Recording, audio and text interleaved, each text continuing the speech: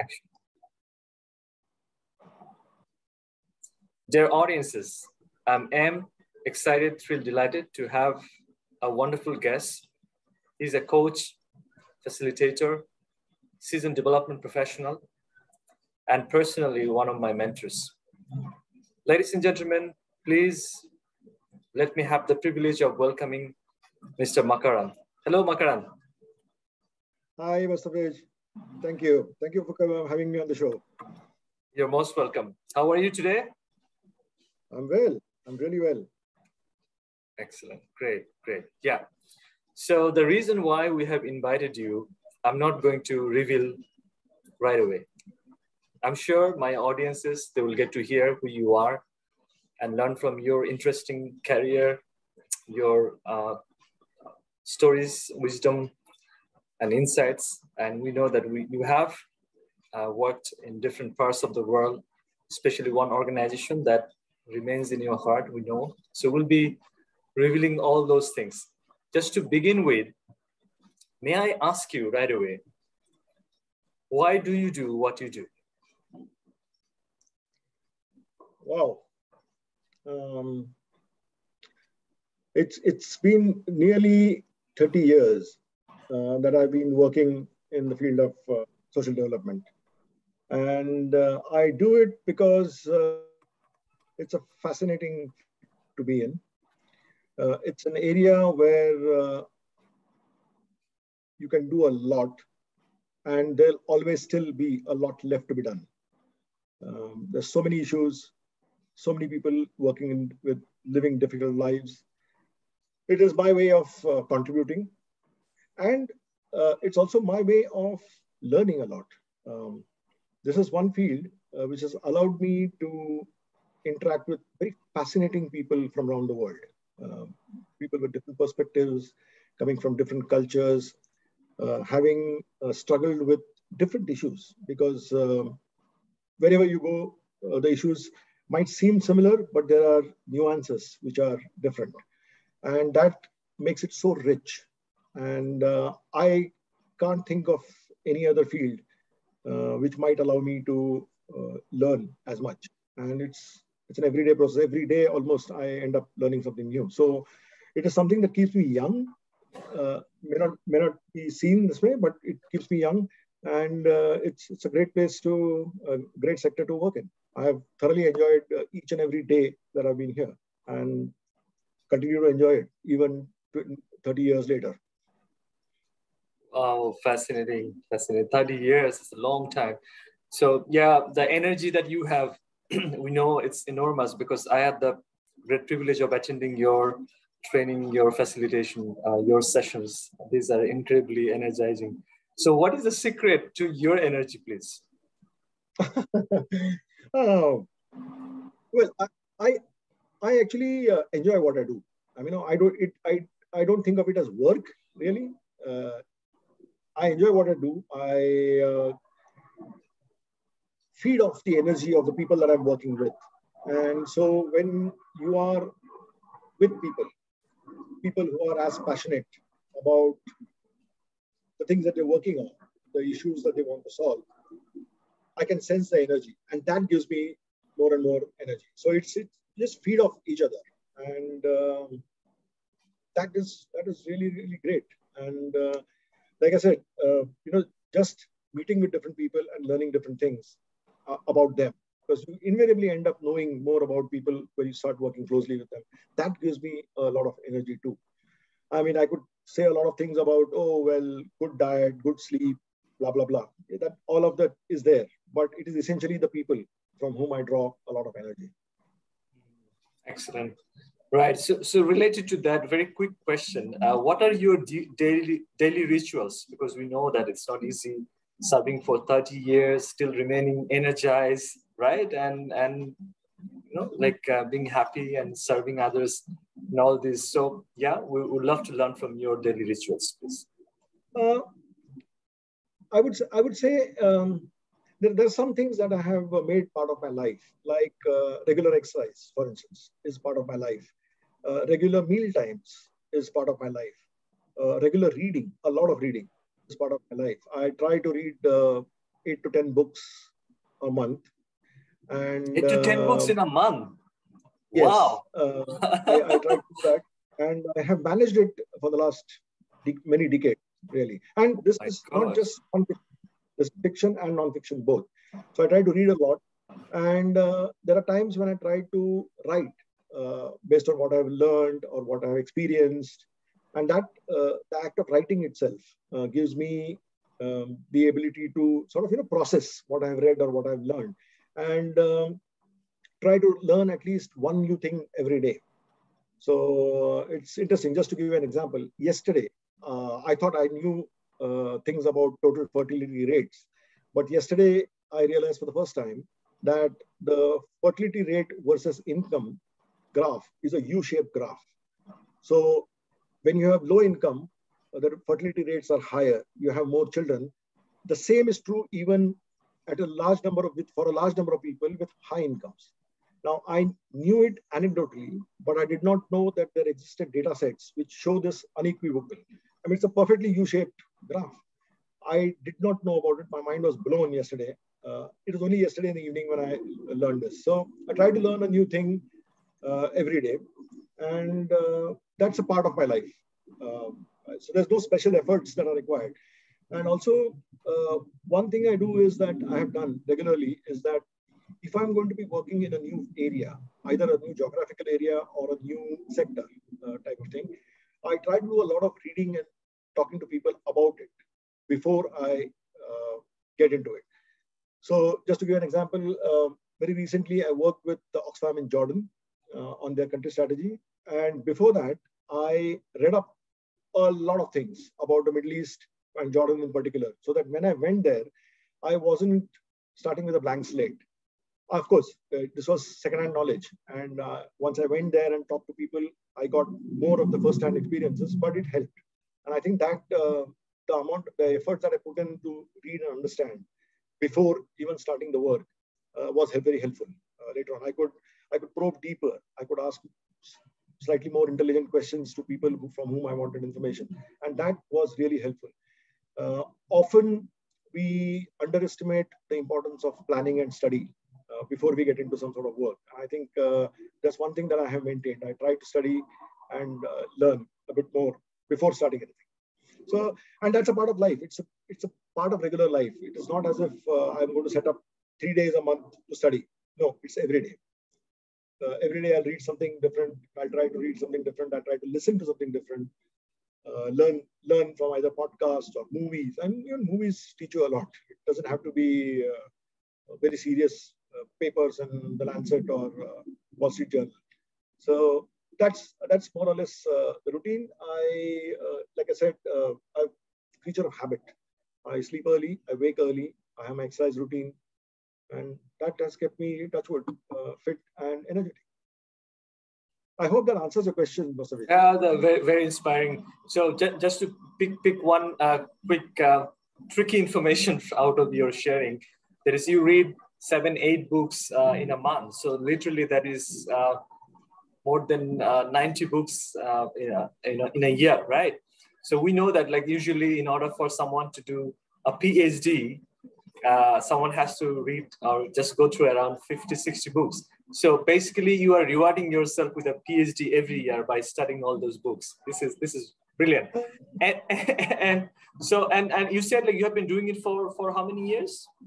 Many years. I mean, as long as I can remember, I've been doing. Wow. In Bangladesh, there is a famous writer called Pramod Chaudhary. He said that reading book is the best habit that one individual might have. So what else can be better than this, right? So do you love reading books related to your profession, or also although you said fiction and non-fiction mostly, or something just, like that attract, I mean, or you are an omnivorous readers? What is your take on it? Oh, I'm an omnivorous reader. And it's funny when I'm extremely tired, for instance, just before sleeping, if I'm had a long tiring day, I'll read something light fiction. And at the same time, sometimes I get up in the morning, I'm fresh, I'm energetic, and I'll read something very serious, which I need to process even as I'm reading. So the time of the day and how tired I am often determines what I read. So at any point of time, there'll be 5, 6 books open with bookmarks. I mean, either electronic bookmarks, depending on if I'm using a Kindle, or paper bookmarks if I'm using a paper book. And they'll always be lying everywhere, near my desk, near the bed, bedside table. And so, yeah, I'll read almost anything. There was only one phase of my life where I read in a very focused manner, and that was when I had an opportunity to work in the Horn, East and Central Africa region, and I was based in Nairobi. And I didn't know anything about it, apart from a lot of fiction that one read earlier, or one of the preconceived notions that one has about the African continent. So I decided to rectify that. And for the 3 years that I was based on the African continent, I was mainly in East and Central Africa. I only read books that are based on Africa or written by African authors. Nothing else. I didn't read any other book for 3 years. And when I came back from Nairobi, when I came back home to India from Nairobi, I had about 11 boxes of stuff that I got back. 7 of those boxes were books. So on the bookshelf behind me, you'll see probably 2 shelves. Rest of the stuff in boxes, 2 shelves of books that are non-fiction, mainly non-fiction, on the African continent, talking about the politics, social issues, economics, and mythology from the African continent. So that was the only time I was very focused, but otherwise, I'll read anything. Excellent, very inspiring. Right, do you have any advice for particularly young people, 2, 3 books you recommend them to read? Well, it actually depends on your interest, isn't it? I mean, if you are, depending on the type of field that you are in. But for younger people who are in the social development field, I think understanding economics is important. And I think anything that gives you exposure to economics, however light, however, without getting into the mathematics of it. You don't need to get into the mathematics of econometrics, for instance, but understanding economics broadly is very useful. Reading from the professional point of view, reading and understanding human behaviors, is very important for people like us, especially in the development world, because we deal with people, and people behave in a particular way depending on the way they see the world, depending on the incentives that something has to offer them. So understanding why people do the things they do, why they behave the way they behave, is important. It gives you some insight into how you should be working. So I would recommend books around that. I mean, there are many authors who have done sterling work on this. So people like Tim Harford, or people like Jonathan Haidt, or Daniel Kahneman, Amartya Sen, are some very important authors whom one should read, especially if one is in the field. And these are important. And at the same time, understanding how we should be communicating, for instance. So one of my idols is Hans Rosling, the man who took so much data and made it so wonderfully presented. He has a book called Factfulness. That is something that I would definitely recommend people working in our area to read, not just because it might give them some aha moments. Oh my God, I didn't know this type of moments, because often a lot of us go in, and as we spend more time in the sector, we start feeling that we know everything. But that's not really true. There's always something that we don't know, lots of things we don't know. And Factfulness will throw up some things like that in terms of what these things are. And so these, I mean, there could be a longer list, but these are the areas that one should read in. And just a word, because it is not easy to read fiction. You need to be alert. It's not, you can't read 2 pages and stop. But at the same time, reading non-fiction, I mean, but read fiction as well. Consume fiction. There's no problem in that. So some movies, for instance, on some specific themes, especially not the commercial, what we would call the masala movies, but some of the movies do give a great insight into a culture or peoples or issues that they face. You can learn a lot from that as well. So it's not only about reading very serious books, but just get knowledge from wherever. There's so much around us. It is just a question of keeping a mind open and absorbing things. So just do that and make it a part of life. I mean, for the younger people especially, I think because of all the devices that we have and we keep hearing about attention spans are low, people don't want to focus on something. Not really true. If something is interesting, people will focus on it. And we see that. People do go and spend 2.5 hours watching a movie because it holds their interest. The same thing can be done if it's presented well. A book can hold your attention as well. So why not? And for those who don't like books, read blogs. They're not long. They're 10-minute reads. Listen to podcasts when you're doing something else, when you're cooking, when you're walking, when you're whatever. So there is a lot of ways now the technology has allowed us to get knowledge, update ourselves constantly. It's just a question of finding out what works for you.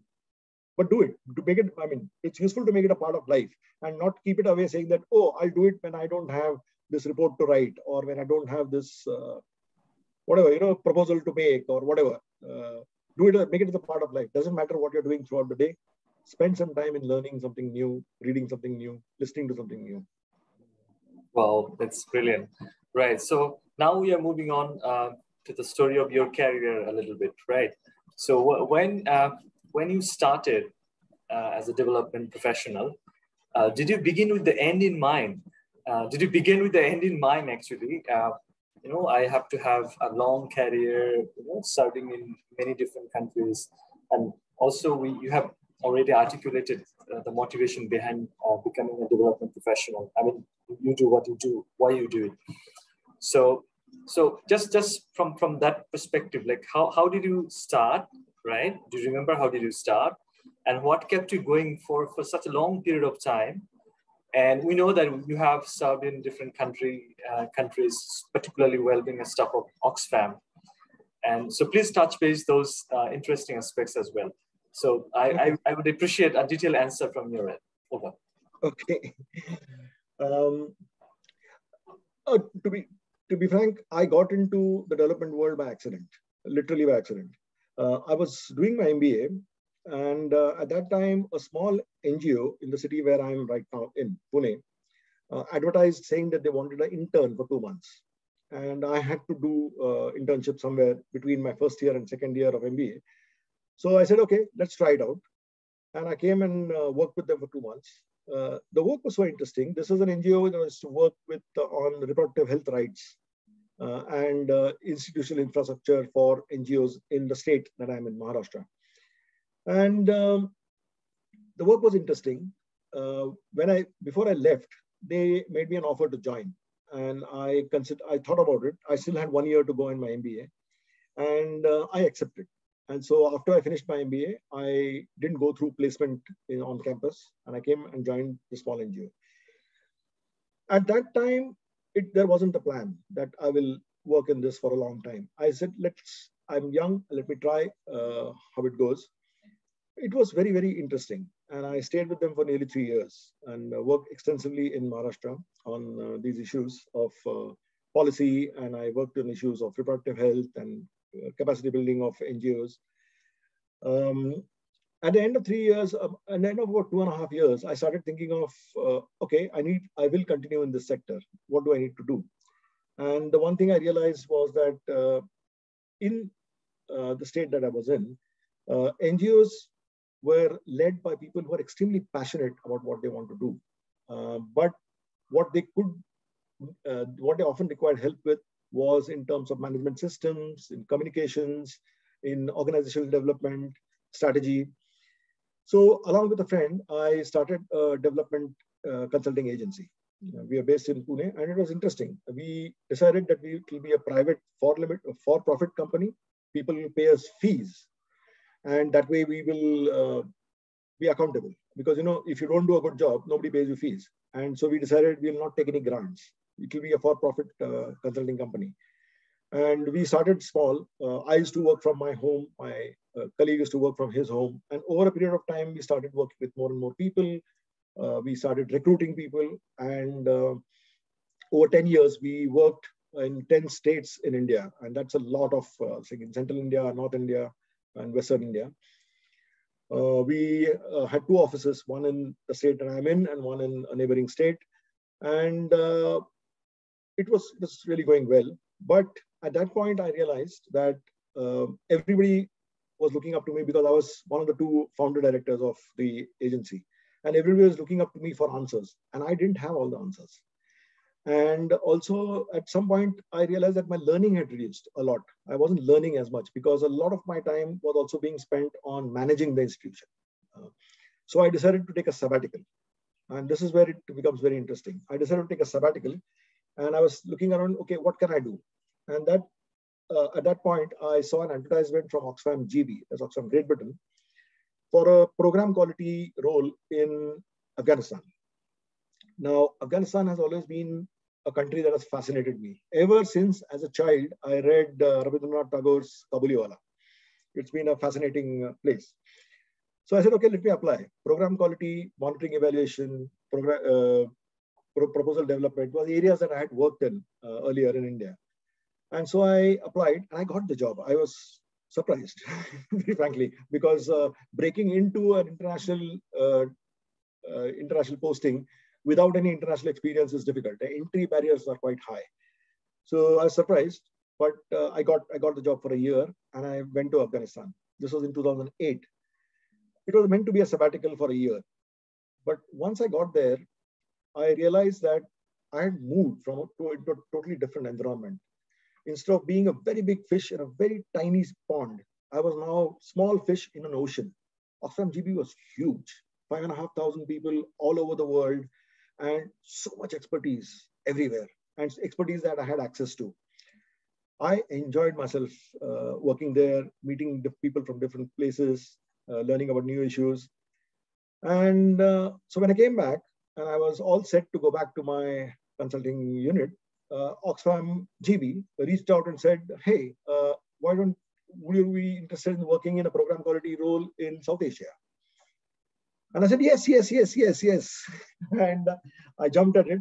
And well, then I worked in South Asia. So Bangladesh, Nepal, Pakistan, Afghanistan, and Sri Lanka. And then it just became interesting. And as I was about to finish that role, I got something in the Horn East Africa region. Then I spent 3 years there.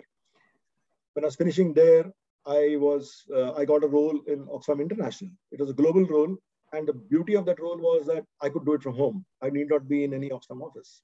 So I said yes. And so from October 2013 onwards, from August 2013 onwards, I joined Oxfam International. It was a global role, no geographical limit. So any of the 90 countries that Oxfam worked in. And I stayed in India and I did that role. And I did it for 8 years. So it was one of those beautiful handcuffs, golden handcuffs type of thing. Oxfam just kept it so interesting that I ended up spending 13 years when I had gone for a 1 year sabbatical. I never went back to consulting, my consulting unit. I still am associated, but not actively anymore, obviously. And it's changed my life completely. I mean, I learned so many new things, exciting people. We would have never met if I had not been in Oxfam, for instance. So I would have never been able to get into fieldwork in Bangladesh to the extent I did in 2009 and 10 if I had not been in Oxfam. So it's changed my life. It's changed my worldview. And it's brought me to where I am, where I can I can and do take interest in a lot of things that happen around the world. So for instance, just give you an example. I'm fascinated by the story that an extreme left-wing leader, once upon a time was a radical person, is now the new president of Colombia. And 15 years ago, when I was working in India, I might have missed that news completely. But now when I read about Colombia, I'm reminded of colleagues from Colombia. I'm reminded of the discussions that I had with them when I was in Latin America, or with other people when I was working with the Latin America teams in Oxfam. So it's just opened up my interest areas, and I have started, it's funny, not consciously, but it just registers from different parts of the world. So it's totally changed me as a person in a good way, I think. And it's also helped me challenge a lot of very, very preconceived ideas that I used to have about development. So it's been a great journey. And I mean, I owe a lot to Oxfam, with whom I worked for nearly 13 years in different roles. And also, I think also what helped was that I had solid 14 years of work experience in India before I joined into international development. So when I was talking to people about program quality, I had done a lot of field work myself. I had managed programs myself. So it was not just theoretical advice. I knew what the practical difficulties were, and that helped a lot. Wow. I hope that answers the question. Very well, very well. Right. Excellent. I'm getting motivated by your inspirational career, story. Right. So, Makarand, directly or indirectly, how many countries you have supported so far? Well, okay, I can boast and say that the work that I did with Oxfam International had direct implications for 65 countries that Oxfam worked in. But that's not really the case.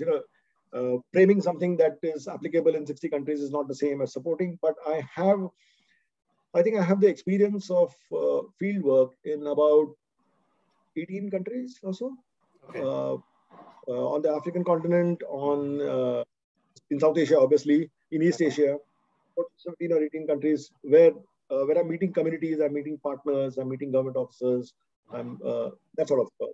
But otherwise, because of working in an international organization, you naturally have a reach to a much wider audience. Sure. So when we happen to work for African continent, or let's say in East Africa, South Africa, or West African countries, then even again in South Asia or in the MENA region, right? So obviously the cultural patterns are different. The food, the weather is obviously different. And how did you kind of adjust with those different atmosphere? That's number one question. And what kind of mindset do you actually suggest for young people or those who are kind of ambitious professionals, those who want to go for international assignments? So what kind of readiness mindset they need to embrace in order for them to successfully perform their assignment? Difficult question. Very difficult question. Because we would love to learn from your experience. Yeah, I can say what worked for me. Okay, and this has not been a linear path. I've had to make a lot of mistakes in order to learn things.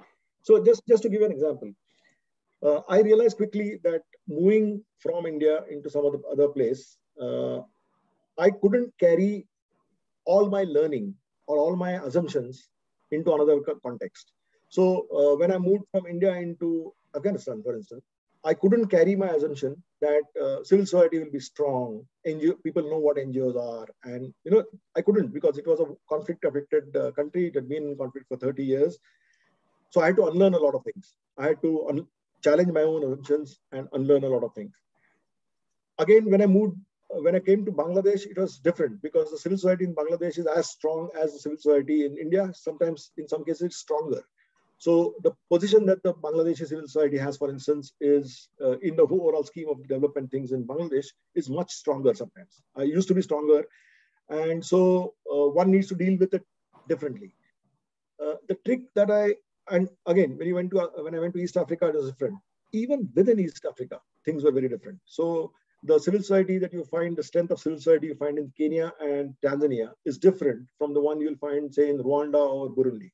So there are subtle differences. Ethiopia, it's more closed structure. So you'll find even less of civil society space. So you need to keep adjusting yourself all the time.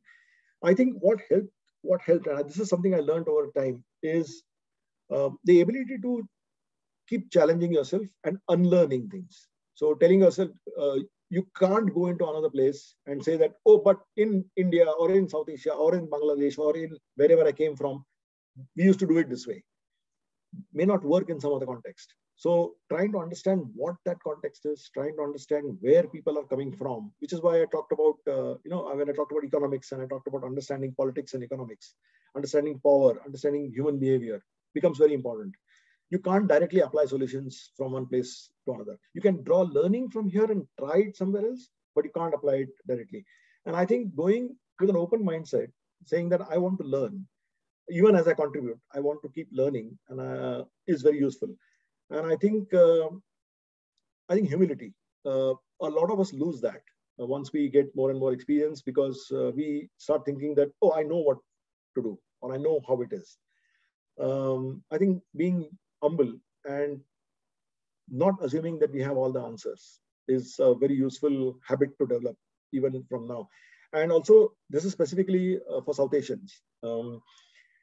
We tend to think, and it is drilled into us from our childhood, that senior people, elders, are automatically not to be questioned. That's the way our education system is. That's the way our families are. I mean, most of our parents have often told us, do it this way because I'm telling you to do it. Teachers have done that the same. That doesn't help, because there are some times when you get brilliant insights from young people. So just one very fascinating example, it kept me sleepless one night.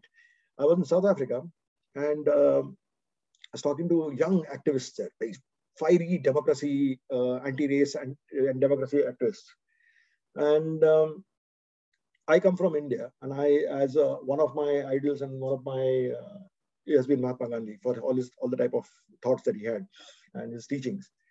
But they challenged it, and they spoke about the racism that Mahatma Gandhi had exhibited when he was a young lawyer in Africa. And they had a very different, in South Africa, and they had a different perspective on it. It was fascinating to see somebody whom you revere being challenged like this, and by very young people. I mean, these guys, I was in my late 40s then, and these guys were 20 something. So they were very young. But then I realized that I should shut up and listen, because they had a lot of things to say from their perspective, and it was important to understand that perspective. So I think South Asians find it very difficult to accept that younger people might have more knowledge about something, or younger people might have a different perspective, and it's important to listen to it. I think that is something that one will have to inculcate, and the best thing to do is to maybe inculcate it while you're still in South Asia. Very, very insightful, right? So it's a very exciting discussion, which I could continue for some time, but maybe we need to wrap up in 6 minutes time. But may I ask you some very quick round of questions, just to pick your brain? Right. Thank you. So what one key, what should I say, like characteristic, right, you suggest for young people to embrace if they want to sort of work efficiently in the international development sector? One. Yeah. Curiosity. Curiosity. Great. Thank you. Love it. That resonates. Okay. Right. So how do you solve problem? How do you overcome challenges? How do you approach to particular situation?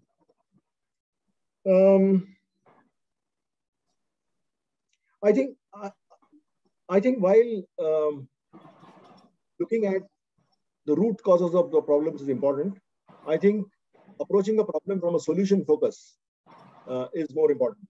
And this is something that I've learned after many years. And after many years of making mistakes, this is something that I've learned, that approach it with a solution focus, saying that there has to be a solution, if not for the whole problem, at least for part of the problem. Approach it that way, and then keep experimenting. Very inspiring, right? So is there any quote or mantra that keeps you going? I'll go back to Gandhi, who said that whenever he said, I'll give you a talisman. And he said, whenever you are in doubt, and whenever yourself becomes too much, and whenever you are faced with indecision, think of the poorest or most powerless person that you have seen in your life, and ask yourself, how will this decision help that person? And then you'll find your doubts melting away. This is what Gandhi said about 100 years ago. And I think it is still extremely powerful.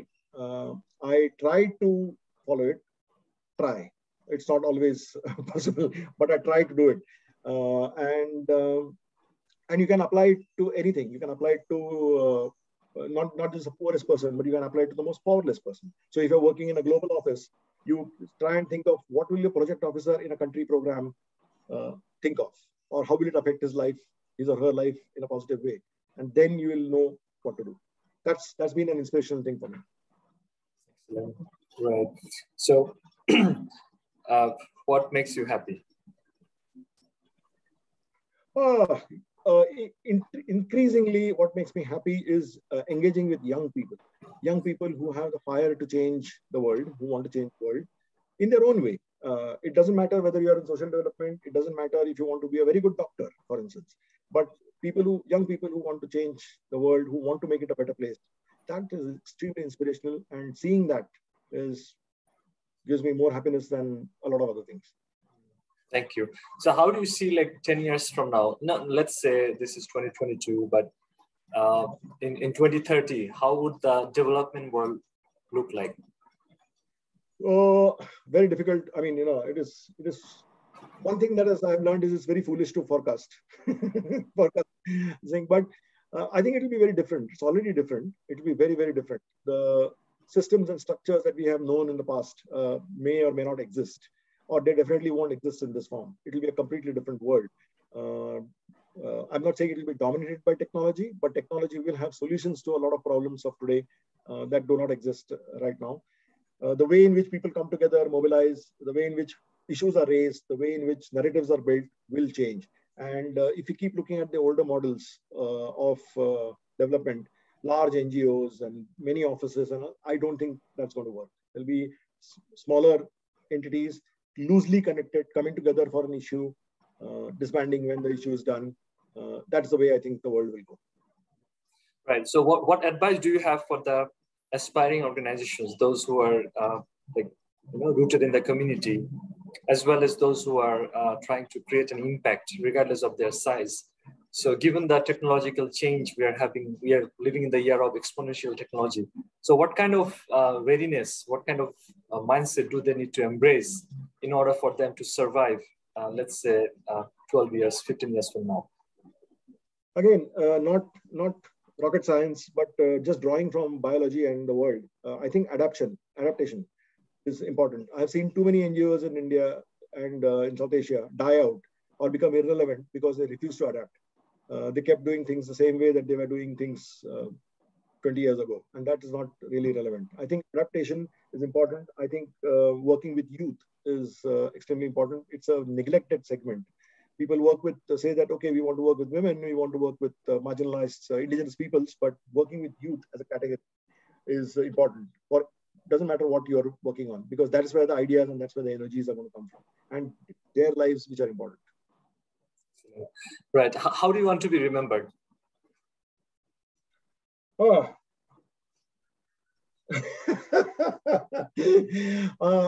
It would be nice to be remembered as somebody who tried to contribute and tried to learn all the time and tried to do that learning, making the world a slightly better place, slightly. Thank you very much. It's been very inspirational conversation, and thank you very much for your time. And I can't wait to have you again on our show.